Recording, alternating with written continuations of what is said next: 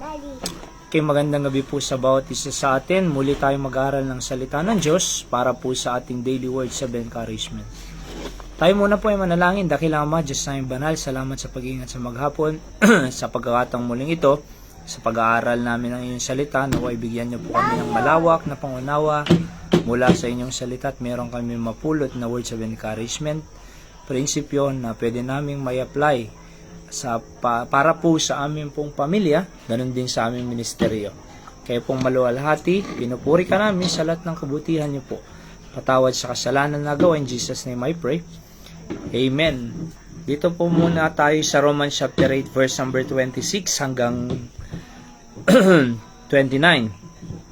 Sabi ng Bible, likewise the Spirit also helpeth our infirmities, for we know not what we should pray for as we ought, but the Spirit itself maketh intercession for us with groanings which cannot be uttered.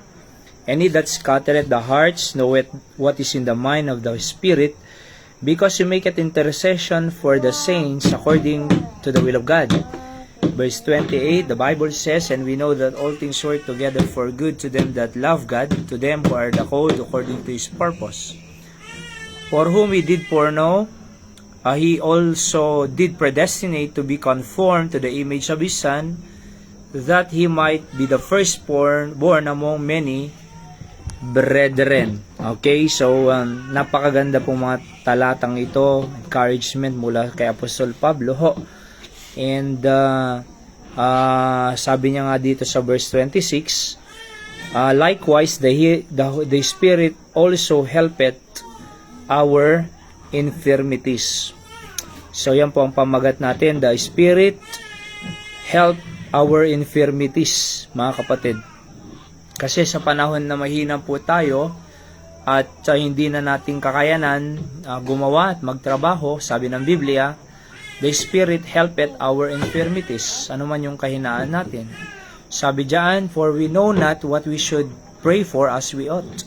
Hindi na natin alam kung ano ang ating ipapanalangin, hindi na natin alam ang ating gagawin, hindi na natin alam kung ano ang aasikasuhin dahil sa maaring pressure, worries, anxieties, trials, problema na talagang sabay-sabay. Pero salamat sa Panginoon, sa tuwing panahon na ganyan, hindi na natin alam ang ating ipapanalangin at gagawin. The Bible says here, but the Spirit itself maketh intercession for us with groanings which cannot be uttered. Yung Holy Spirit of God na po, ang nag-i-intercede sa atin sa Diyos Ama upang ipanalangin po tayo. Can you imagine? The Holy Spirit of God prayed for us. He maketh intercession, sabi ng Biblia. Okay? Siya yung namamagitan. Ang tawag doon, yung nag-i-intercede sa Diyos at sa atin, mga kapatid. Kasi nga, mahina na tayo eh. Hindi na natin alam ang ating gagawin. So, the Holy Spirit working in the midst of us to make intercession para po sa atin, kapatid. Napakaganda po yung encouragement. Can you imagine the Holy Spirit maketh intercession para po sa atin, di ba? Oo. Siguro po kung may nagsasabi sa iyo, halimbawa, pastor mo, pinagpipray kita, Brad. Mararamdaman mo, syempre, masaya. At mako-comfort ka, may encourage ka. Di ba? Or yung spiritual friends mo, sabi sa iyo, brother, sister, pinagpipray kita na malampasan mo yan. Pinagpipray kita na mas maging productive pa ang buhay mo. Abay, may encourage ka, di ba? May inspired ka sa sabi pa lang niya. Pero kung sinabi po ng Biblia dito na ng Holy Spirit na He maketh intercession for us, abay, mas matindi dapat impact niyan na encouragement. Alam niyo, many times po talaga, sa katunayan po, maraming pagkakataon talaga hindi natin alam ang gagawin natin sa Krisyanong buhay natin. At kasi nga, nape-pressure tayo at dumarating ang maraming problema, pero kumbaga, hinuhiga na lang natin, natutulog na lang tayo dahil nga pressure.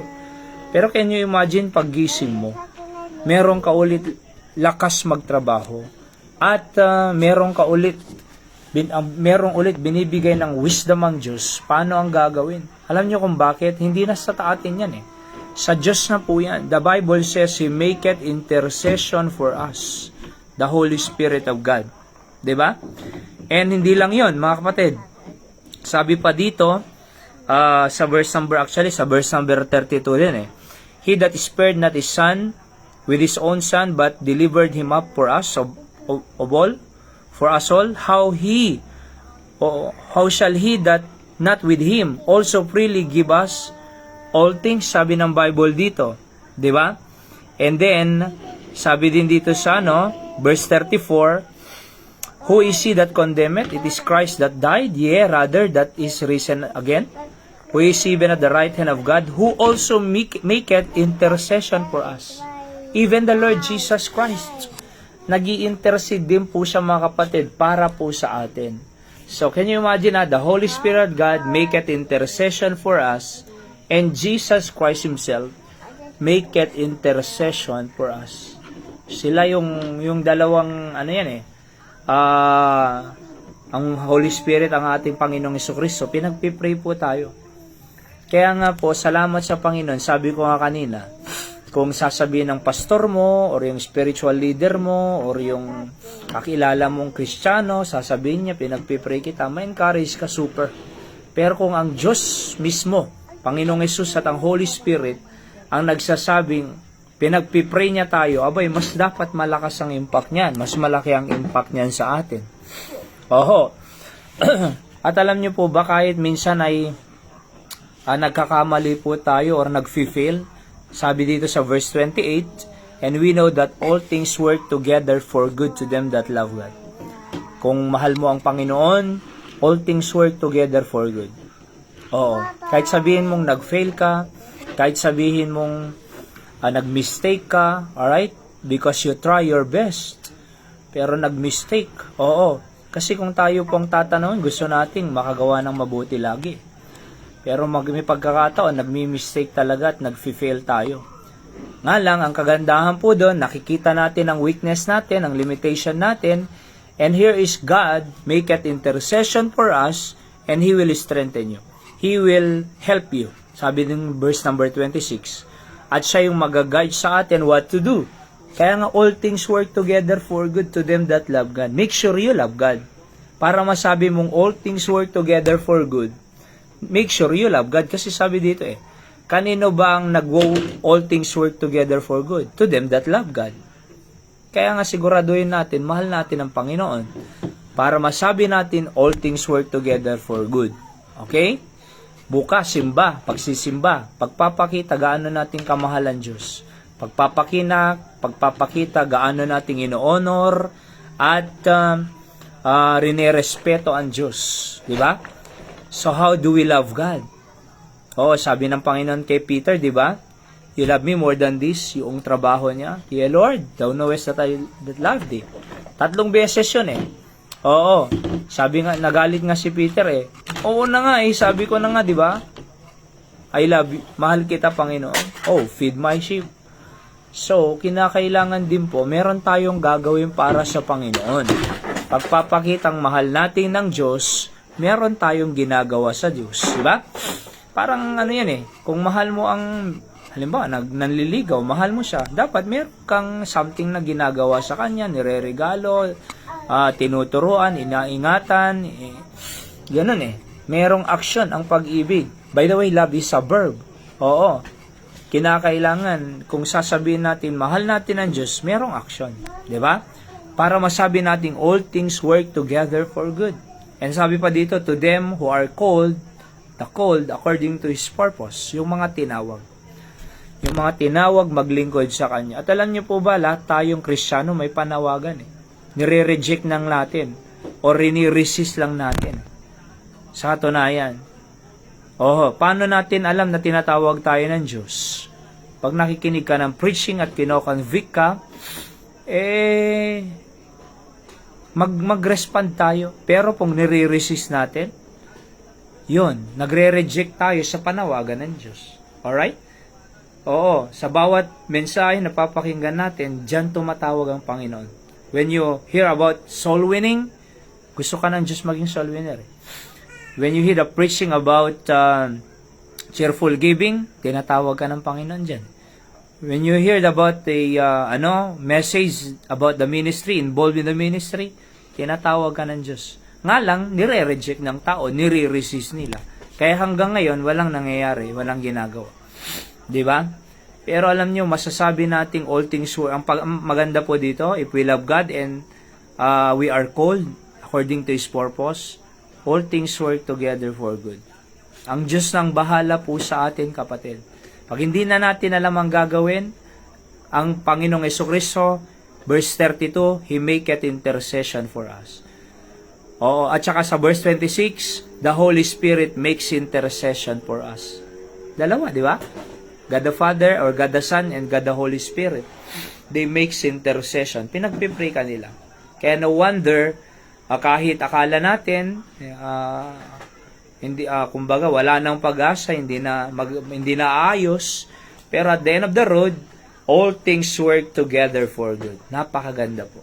Kaya pakita po natin, mahal natin ang Panginoon. Bukas, worship service, pakita natin, mahal natin ang Panginoon. Your priority must be God. Kasi kung trabaho, pakain, birthday, hindi pagpa-priority yan, di ba? So makikita mo kung gaano mo pamalang Diyos, kung gaano mo siya binibigyan ng oras. Linggo para sa Panginoon na po yan, di ba? Hapon, Sunday morning, Sunday night. Oho, kahit yung Thursday prayer meeting, covenant po natin yan sa Panginoon to ask from Him. So makikita natin dyan kung anong priority talaga natin. At pagka ginawa natin yan, ang kagandahan dyan, all things work together for good. Walang kalugian sa gawain ng Panginoon. Wala pong patunayan, wala pong kinakailangan patunayan, basta we do our best and God will give the reason. Kaya salamat po sa Panginoon. Okay? At tayo po ay manalangin. Dakilang Ama, Diyos namin banal, bless niyo po lahat ng nakikinig. Thank you, manatili nawa ang inyong salita. Salamat because we understand that you help our infirmities and even the Holy Spirit of God and Jesus Christ Himself makes intercession for us. Sa tuwing panahon na hindi na namin alam ang ipagpipray at gagawin, andiyan ka, Panginoon, upang kami po ay mapalakas sa pamamagitan ng pag-intercede niyo po sa amin. Thank you, pinupuri ka namin. Bless yung bawat pamilyang nakikinig sa gabing ito. In Jesus' name I pray. Amen. Alright, so magandang gabi po sa bawat isa sa atin. Sa lahat po ng nakikinig from different parts of our country and around the world, sa Ilocos Norte, Ilocos Sur, sa Pangasinan, and Asia, sa Amerika. Ang Diyos po ang magpala po sa bawat isa sa inyo at patuloy tayong mag-aral para sa next episode muli ng ating daily words of encouragement. Good night po and God bless you. I love you all.